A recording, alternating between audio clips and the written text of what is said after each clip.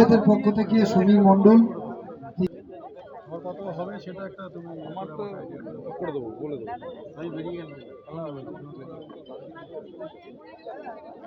দেখুন, সর্বপ্রথম আমি ধন্যবাদ জানাবো আমার নেত্রী মমতা বন্দ্যোপাধ্যায়কে, যার আশীর্বাদ পেয়ে আমি আবার দ্বিতীয়বারের জন্যে প্রার্থী হতে পেরেছি। এবং যে মানুষ আমাকে পথ দেখিয়েছে, নির্দেশ দিয়েছে এবং কাজ করার সুযোগ করে দিয়েছে, সেই মানুষটা অভিষেক বন্দ্যোপাধ্যায়, যার জন্য জগদ্দলের কাজ করতে পেরেছি। মানুষ আজকে বলছে কি জগদ্দলে কাজ হয়েছে। এই দুটো মানুষকে আগে আমি আমার কৃতজ্ঞতা জানিয়ে যে তারা মনে করেছেন আমাকে আবার পাঠালেন জগদ্দলে।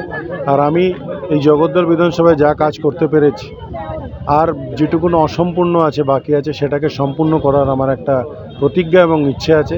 তাই আমাকে ওনারা পাঠিয়েছেন, সেই কাজটা সম্পূর্ণ করব।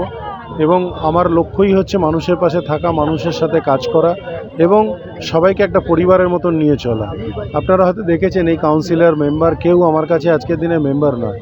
আমি সবাইকে একটা পরিবারের মতনই মনে করি এবং সবার পাশে সেইভাবেই থাকি। আগামী দিনও যেন আমি সেইভাবেই থাকতে পারি, সেটাই কামনা করি ভগবানের কাছেও।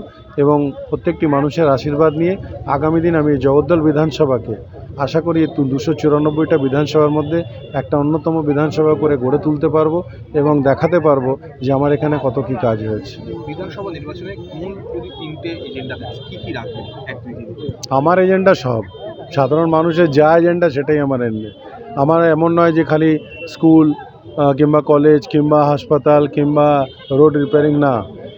একটা বৃদ্ধ মানুষ, তার অসুস্থতাটাও আমার কাছে কিন্তু একটা লক্ষ্য, কি তাকে সুস্থ করে তার চিকিৎসা করে তার বাড়িতে ফিরিয়ে আনা, এটাও কিন্তু আমার একটা লক্ষ্য।